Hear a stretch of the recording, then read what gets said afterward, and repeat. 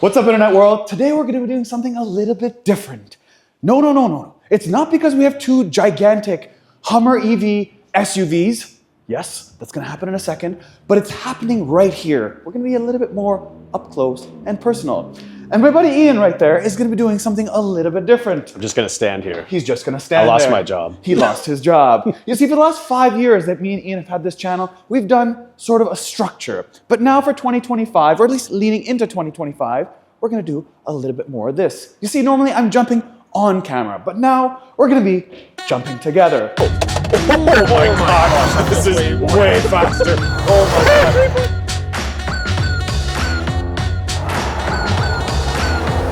So let's pull out this Porsche, this Tesla, and bring these monsters in the studio, if they will fit. Please start 911 turbo. Oh, real German product. Now time to get this Tesla out of here, pull out this little charging thingamajiggy.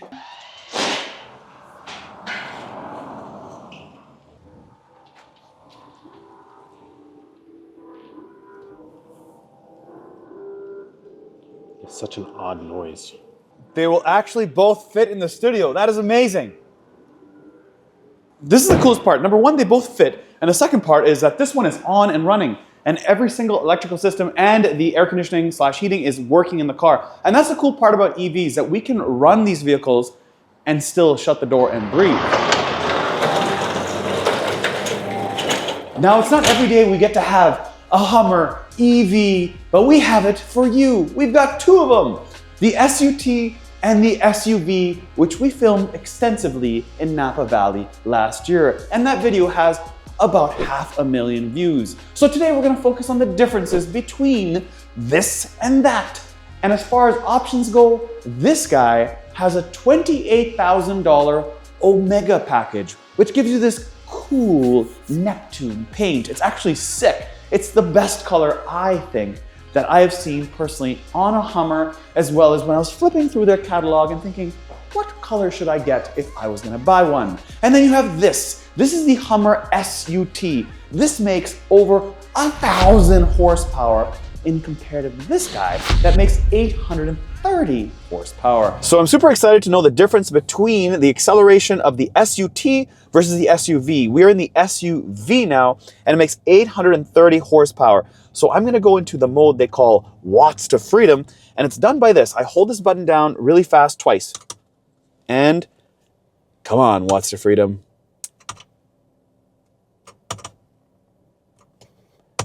Okay. There it is. Takes a couple seconds sometimes. Doesn't happen on the first try.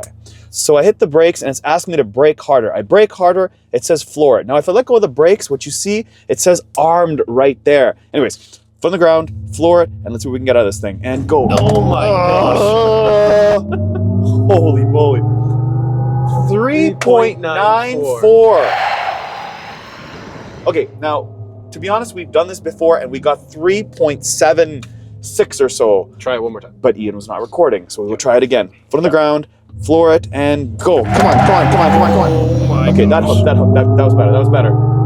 3.66. Okay, so we're between 3.6 and 3.9 is generally the times you're gonna get on this 830 horsepower vehicle that weighs almost 9,000 pounds. What's the battery charge right now? Okay, battery charge, we're about, I would say about 78 or 79%. We got 374 kilometers in miles, that is.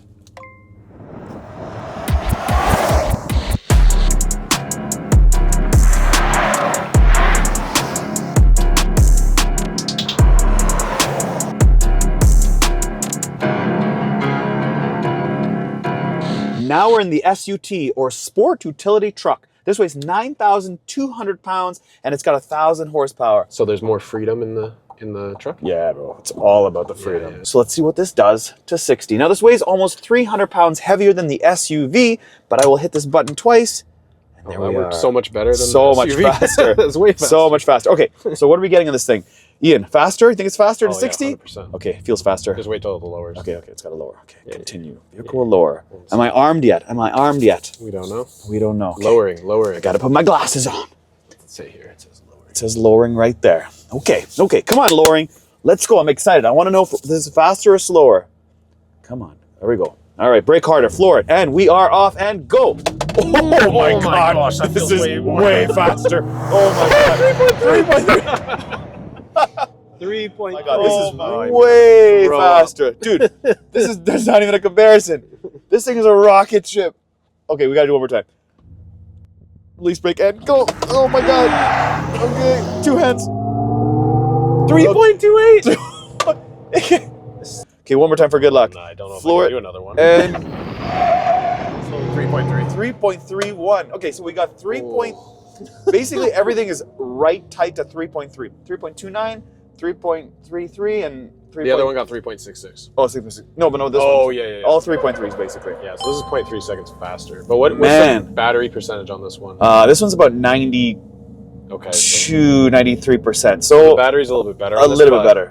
In general, this just felt like a does weapon. feel quite a bit faster. This is a lot faster. It's the push, the instant push. You can feel like right away. Yeah. Man, this is crazy. I just love this like rear wheel steering. This is a very good rear wheel steering system. Yeah. Some vehicles have rear wheel steering, but the back end only comes out like 4 or 6 degrees. This feels like it comes out like 11. I should know that math actually, but if I'm wrong, then you can put on the screen. But I think it's like 11 degrees. It's crazy. Yeah, the turning radius is amazing. It's amazing. It's really good. Way better than your Mazda 3. Hey. All right, so the Hummer EV SUT is hitting 10th place on our Accelerate test so far. And as for the SUV, you can see it's faster than an RS5 and a Porsche Cayman GTS in a straight line. This costs 185,000 Canadian dollars, and this costs 171,000 Canadian dollars. Now, they both have an $11,500 extreme off-road package, and that gives you skid plates underneath the vehicle, 18-inch wheels with full mud tires. You also get these guys on them. You also get, come back here, a front and rear locking differential that you can fully select and adjust inside the cabin by hitting a few buttons. Come back here, Ian. And right here, you get this. Not part of the extreme off-road package, but part of the fancy Omega package. Now, when looking at this closely, it looks so cool, but then you have this. That is the camera. And let me show you guys inside exactly how this camera looks. Now see, doesn't this look weird? I'm in the camera, I'm out of the camera. I'm in the camera. Now this is what it sounds like when you're backing up the SUT. But this is what it looks like, and it looks normal. I don't know what's up with the SUV. So there's a badge on this Hummer EV, on both of them actually, the SUV as well as the SUT, and it's 3X. Does that mean because it has 3 wipers, stop. 3X for 3 wipers? And the answer is no, it's because it is a tri-motor. You can get actually 2 different variants when it comes to the motors on this Hummer EV. You can get the tri-motor, which is what this one and this one is, and you can get the 2X, which is clearly 2 motors. 3, 2, 1, and go! Oh God, this one's faster. Yep, it's faster. Faster, faster, faster. To the top. Who's winning? Wow, this is catching up. What the? What room do we have? Okay, a ton of room. Now, these things are for when you decide to take the tops off inside the vehicle, because remember, this is sort of a convertible of sorts with the Hummer EV SUV and SUTs. So these bags are really for the tops. And this is how much room you have. You have a ton of room, but you can see how much room you can have in here. Jump inside, and I can show you. I'm not a very big guy, and that's probably why this works. Oh, this is a WWF belt. Oh, that's cool. Look at that. Let's go inside and show you what it's like when you want to hide inside the Hummer SUT or SUV. I can do this, and I can actually see, I can perfectly fit. I don't remember doing this last time. Well, let's not try this time. So these Hummers are so big, we had a hard time filming them in the studio. So we're out here, freezing. It's not that cold, he's just a wuss. Okay, so aesthetically, obviously, they look different. This has a full trunk design, and that is just a pickup, right? Pretty typical stuff. But what else is there? Well, on the top here, you have 1, 2, 3 lights. Because it is so wide, you have to have them. There's a third brake light there and a rear view mirror camera hiding up top. It's dirty, but it's there. Now, if you're wondering how to open up this trunk, does it open up downward? Well, it can't. It opens up sideways, and there's a button here that you push and then opens up. And then you can see how much room there is in the trunk. As you can see, it has a very, very high load floor. It's not low at all. Now, the one deceiving thing about Hummers is that it looks massive on the outside, but it's not massive on the inside. They found a way, I don't know how they did it, but they found a way to make the inside really small and the outside really big. Wow. So what do you have back here? You have a full out 3-prong plug. You've got this little design over here that is all over the truck, which is essentially Hummer, as you can see. Then you have buttons here to fold the seats down. So I will show you the left side. That is the 60 portion of it. It folds very flat. So you do have a lot of room in terms of putting it down and the overall length of it. But in terms of height, as you can see, it's pretty limited. And if you're wondering where you charge it, it happens right here. Opens up, it is not powered like the trunk, it's just manual. And then of course you have, DC, AC charging. And speaking of charging, when you have it charging, the lights come on and they're blue, which is like a total crazy thing to me because it lit up the whole block while it was charging. So let me show you guys what the pickup looks like and how the different design elements kind of factor out on this thing. Number one, you have 2 buttons here.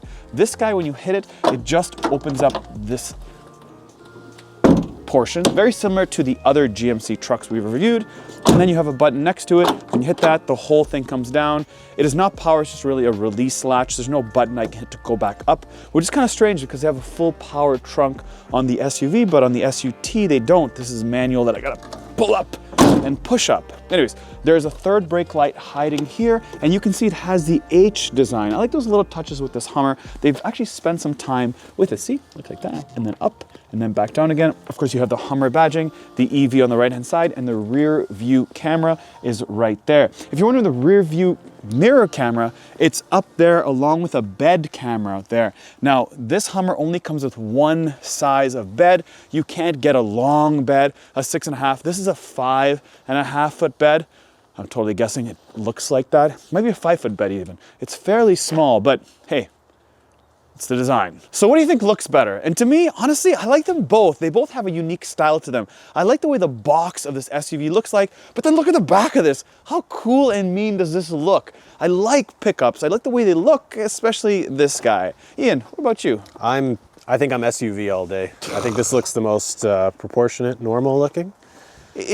Totally. It's funky, it's cool, but no matter which one you drive, they both get a ton of attention. For sure. A lot of people look at them. And how can you not love this? The stars and stripes built into your Hummer. And in white, it looks super cool. Check it out in white. I'm pretty sure it's in black still. No, I mean, the car is white and that's black. But yes, I get it. See, this extends out and you have like a, I don't know. All I know is it looks sick. I'm like, yo, how cool is that? So if you want maximum towing capacity, you're gonna wanna buy the dual motor SUT, as it can tow up to 12,000 pounds. With the extreme off-road package on these tri-motor Hummers, they can only tow up to 7,500 pounds. So what are the differences between the SUV and the SUT when it comes to the rear seats? Well, these are fixed. They do not fold whatsoever. In the SUV, you have 2 different positions of recline. This thing does go up this bench, and you do have no storage, but you do have this cool little rubberized mat. When I put this down, check this out, Ian, throw that down, you will see that there is storage behind that and this rear bench. It's not enough to put a lot, but enough to put sort of a set of gloves or, I don't know, whatever you want to put in there. Not huge, but decent. Then you put this down, you do have 2 cup holders and a space in the middle to put 2 cell phones. Okay, that goes up. One more thing on the back section here is this little panel doesn't go down, which I thought was interesting. It looks like it should go down. I was looking for some buttons inside and I couldn't find them. When you look up, you do have the removable panels. There are 4 on this SUT, just like the SUV, and there are bags in the front like we showed you guys in the studio.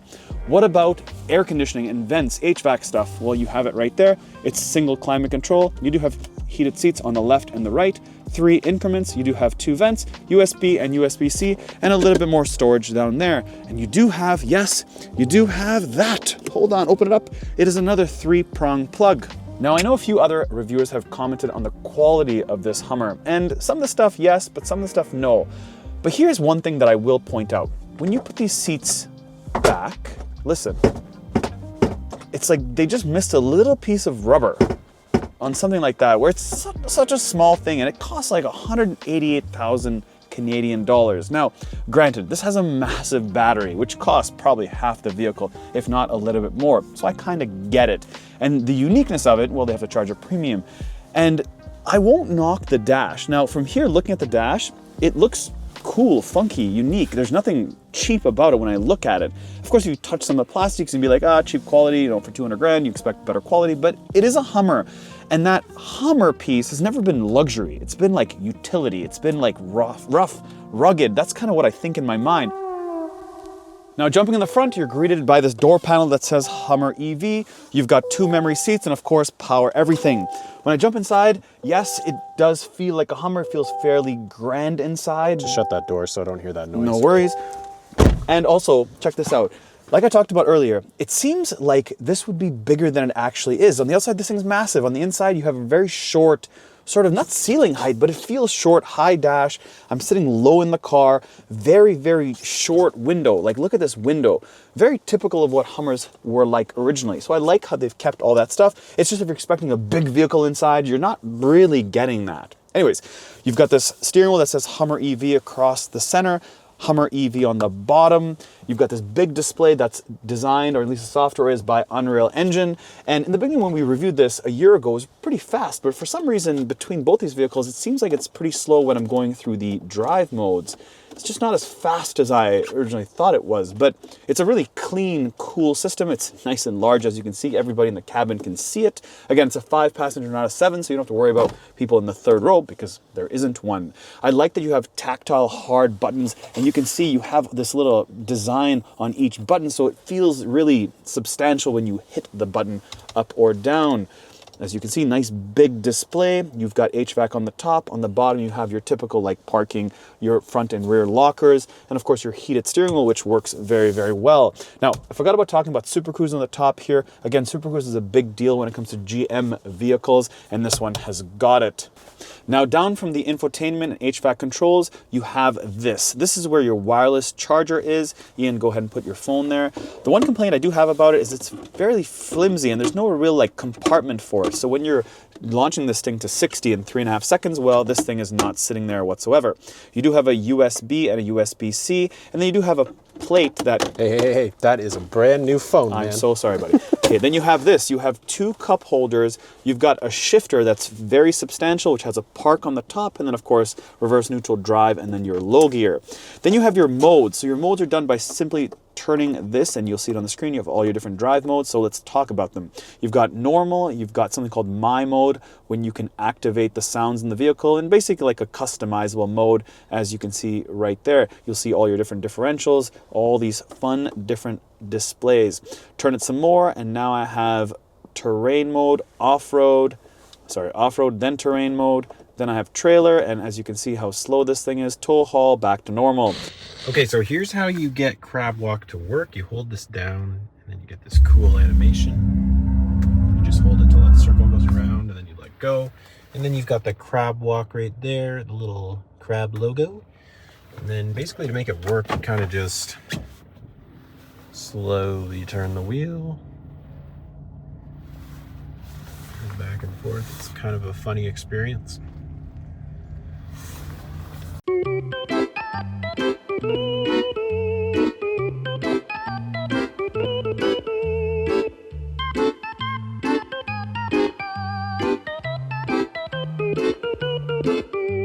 Move your eyes down lower. You have a little slot here, which I would have liked to see a wireless charger. This is where it should really be, as you can see, because you have a flat place. Your phone's not really jumping around because you have walls to protect it. Underneath, I do have a decent amount of storage right there, including Ian's little nice, what is it, 16? It's an 18. Nice, fancy. There is no USB-C. There's just one simple cigarette or 12-volt plug right there. So that's that for the interior of this SUV. The SUT is identical. There's absolutely no difference on the inside. Difference. There's no appley difference. There's no appley difference between the two. So let's talk range. So the pickup gives you 360 miles when you have these mud tires on, and in the SUV you get just about 300 miles. So let's park this behemoth and get it all charged up here. It is a monster. Okay, perfect. park right next to the other Hummer. And well, it's pretty tight because we've got this Jeep that didn't park in the best position ever, so a little bit tight, but I'll make it work. I'll make it work, and boom. Now I got both the Hummers here at this charging station. It gives me 200 kilowatts of power. The vehicles take 350, so it's not gonna give me the full capability, but I'm gonna plug this in and see how it goes. So touch to begin. This one doesn't take Apple Pay for some weird reason. So anyways, I gotta take this out, the CCS, and I'm gonna plug this thing in on the side. Almost kill myself here, push it out, pull this little cap off, plug it in, and boom. Now, this doesn't take Apple Pay, so I gotta use the actual card. I gotta plug this thing in.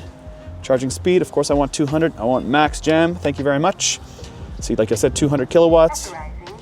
Authorizing. So we're gonna see how long it's gonna take. Approved, you're very welcome. Pre-authorization done.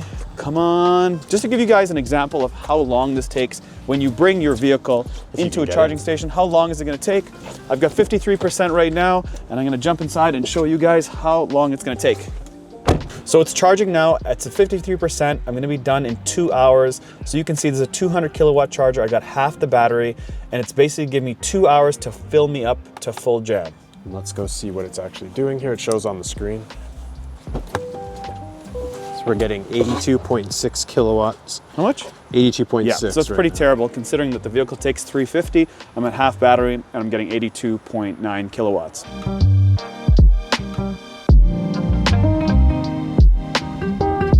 So we've driven this thing in Napa Valley, and now we are driving it in the city. And I will say it's very, very easy to drive. You get in, basically press the start button, put in drive, and off you go. It just drives like an electric car. It's comfortable. It's good all around. The only main complaint I have with this thing is, yeah, on the highway it is fairly loud because you have these mud tires and you have glass everywhere, so it's not going to really insulate the sound.